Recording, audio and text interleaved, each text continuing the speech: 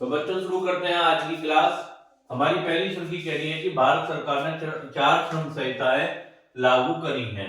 Modi government ने पुराने 29 का लेबर रिफॉर्म्स को हटाते हुए 4 नए श्रम संहिताएं लॉन्च करी हैं, जिसमें पहली श्रम संहिता है वेतन संहिता 2019, दूसरी सामाजिक सुरक्षा 2020, तीसरी औद्योगिक सुरक्षा 2020 एंड स्वास्थ्य एवं कार्य दशा 2020। अब इसे याद कराने का एक तरीका यह है कि मैं आपको पहले पुराने नियम बताऊं और अब उनमें जो नया परिवर्तन हुआ है वो बताऊं। जो मोटे मोटे चीजें हैं वो मैं आपको इसमें बता दे रहा हूँ। इसमें क्या हुआ था बेटा, वेतन संहिता 2019 में ये प्रावधान लाए गए हैं कि पहले कुछ कंपनी क्या होती थी, कुछ एम्प्लॉइयों को बस बगैर नियुक्ति पत्र दिए काम पे बुला लेती थी। अब इसमें नियुक्ति पत्र देना अनिवार्य कर दिया गया है। नियुक्ति पत्र अनिवार्य, पुरानी में ये अनिवार्य नहीं था। और दूसरी चीज अब ये कर दी है कि मिनिमम वेज निर्धारित करना पड़ेगा हर कंपनी को, और एक समय सीमा, मतलब हर माह की 7 तारीख तक आपने सैलरी देनी है अपने एम्प्लॉय को।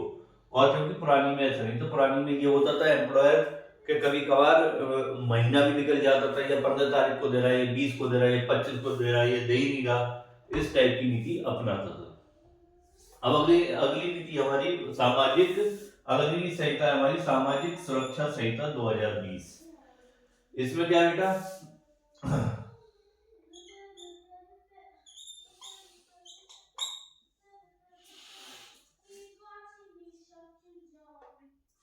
इसमें जो पुराने एम्प्लॉय होते थे, इसमें कुछ मतलब चुनिंदा एम्प्लॉइयों को ये सुविधा मिलती थी सामाजिक सुरक्षा की, और उसमें भी अगर वो लगातार 5 साल नौकरी करते थे तब जाके उन्हें वो ग्रेच्युटी के पात्र होते थे गिने। और जबकि अब नए कानून के मुताबिक हर ऑल एम्प्लॉय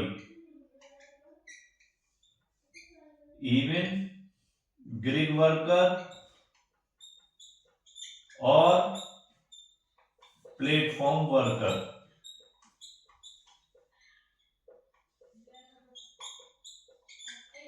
भी इसमें शामिल होंगे, और उन्हें 1 साल की सेवा पे ही वो ग्रेच्युटी के पात्र हो जाएंगे। और पुरानी में ऐसा नहीं था, और 5 साल लगते थे ग्रेच्युटी के लिए। और ये जरूरी नहीं कि मोदी गवर्नमेंट ने केवल एम्प्लॉइयों को ही सब कुछ दिया, उन्होंने एम्प्लॉयर को भी दिया है। एम्प्लॉयर के लिए उन्होंने औद्योगिक सुरक्षा 2020 में ये प्रावधान लाए गए हैं कि उन्हें रजिस्ट्रेशन और लाइसेंस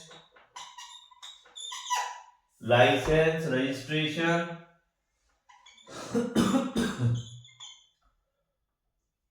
और रिटर्न दाखिल करने के लिए अलग अलग जगह जाना पड़ता था, तो उनके लिए भी यहाँ सिंगल विंडो खोल दी गई है। पहले मैनी प्लेस उन्हें जाना पड़ता था, अब केवल एक ही जगह उन्हें ये सारे काम कर लेंगे। उन्हें भी बहुत सारी सहूलियतें दे दी गई हैं। और स्वास्थ्य एवं कार्य दशा 2020, इसके अंतर्गत बेटा गवर्नमेंट ने इवन और महिलाओं को काफी सुविधाएं दी हैं, और ये कहा है कि हर कंपनी अपने यहाँ जितने 40+ एम्प्लॉइज हैं सबका मेडिकल चेकअप भी कराएगी। एज 40+ एम्प्लॉई का मेडिकल चेकअप। और महिलाओं को पुरुषों के समान कार्य करने का अधिकार और उन्हें वेतन देने का भी अधिकार दिया गया है। इसके अलावा अगर कंपनी किसी महिला को बुलाना चाहती है, मतलब नाइट ड्यूटी में बुलाना चाहती है, तो अगर महिला की अगर सहमति होगी तो महिला काम कर सकती है नए लेबर रिफॉर्म्स के द्वारा। अब चलते हैं हम अपनी अगली सुर्खी की तरफ। हमारी अगली सुर्खी कह रही है कि 23 नवंबर को एनसीसी की स्थापना दिवस मनाया गया है। अब ये देखते हैं बेटा कि ये एनसीसी स्थापना दिवस कब मनाया जाता है। एनसीसी स्थापना दिवस मनाया जाता है नवंबर के चौथे संडे को। अब के ये कौन सा था, ये 78वां स्थापना दिवस था। ठीक है, और मैं इस वजह से कह रहा हूं ये इंपॉर्टेंट क्यों है, ये इंपॉर्टेंट इस वजह से है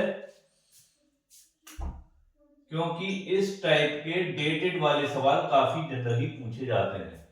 अभी मैंने कल परसों की क्लास में बताया था कि 21 नवंबर को आपको कौन सा डे था, 21 नवंबर को था fisheries and TV day, television day. 19 नवंबर को क्या था, मैन एंड टॉयलेट डे। ठीक है, और 16 नवंबर को क्या था, प्रेस डे। और 15 नवंबर को क्या था, जनजातीय गौरव दिवस।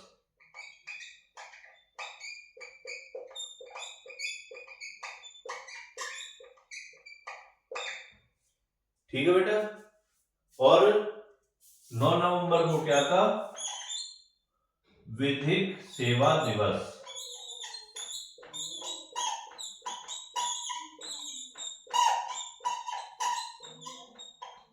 विधिक सेवा दिवस, ये याद रखिए। अब चलते हैं हम अपनी अगली सुर्खी की तरफ। हमारी सुर्खी कह रही है कि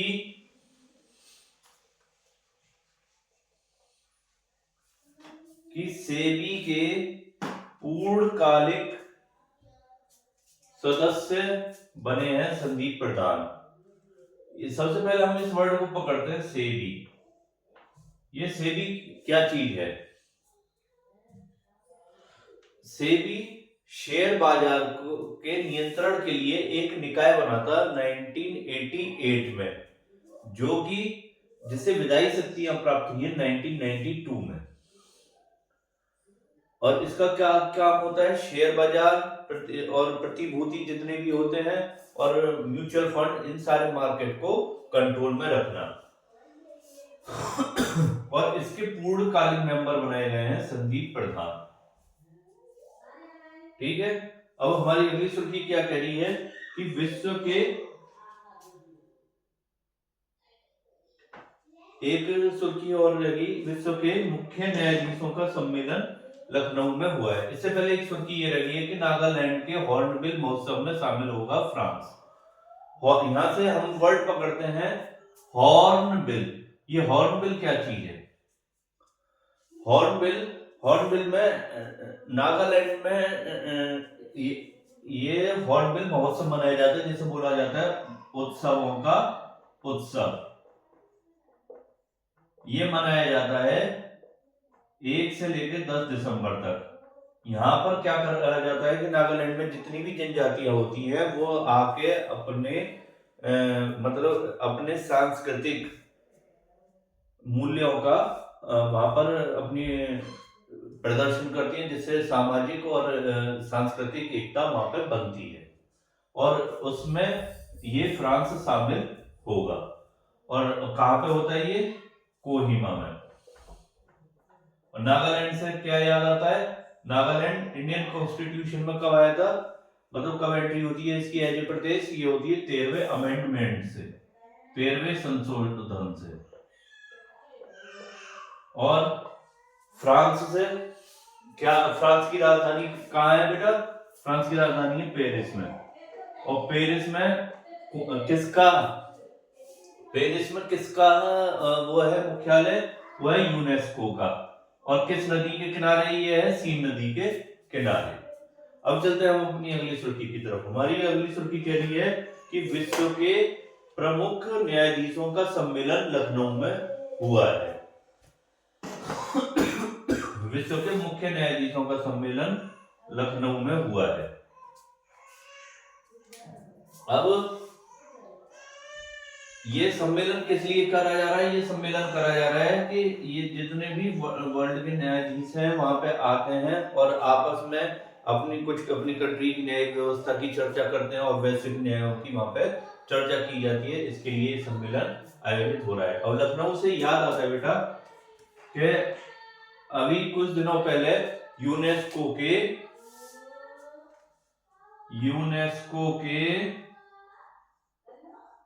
रचनात्मक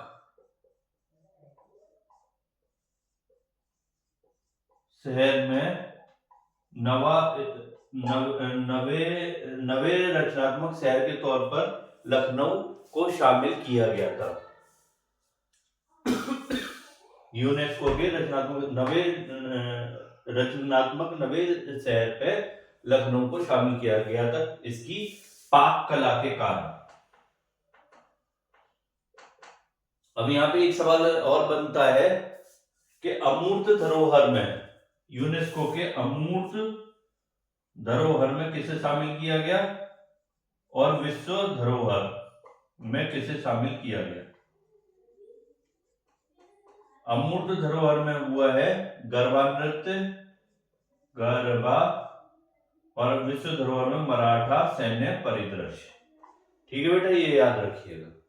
अब चलते हैं हम अपनी अगली सुर्खी की तरफ। हमारी अगली सुर्खी कह रही है कि कोलंबो सुरक्षा सम्मेलन, राष्ट्रीय सुरक्षा सलाहकार की 7वीं बैठक हुई है नई दिल्ली में।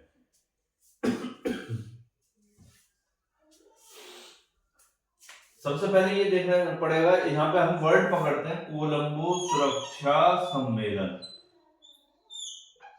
ये कहाँ होती है, ये किस लिए होती है? जो हिंद महासागर है बेटा,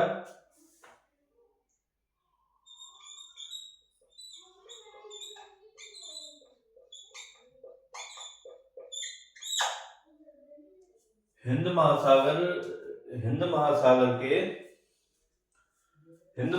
में एकता, इसका उद्देश्य क्या होता है कोलंबो सुरक्षा सम्मेलन का? हिंद महासागर में एकता एवं ताकत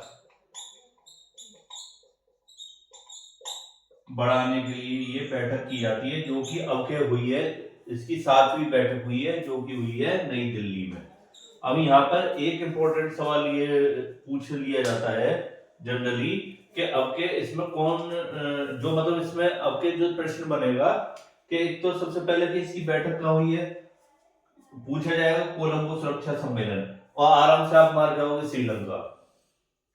और जबकि इसकी बैठक कहाँ हुई है, नई दिल्ली में। और इसमें नया देश कौन सा शामिल हुआ है, वो हुआ है सेशेल्स। और इससे रिलेटेड कई सारे सवाल एग्जाम्स में पूछे जा सकते हैं।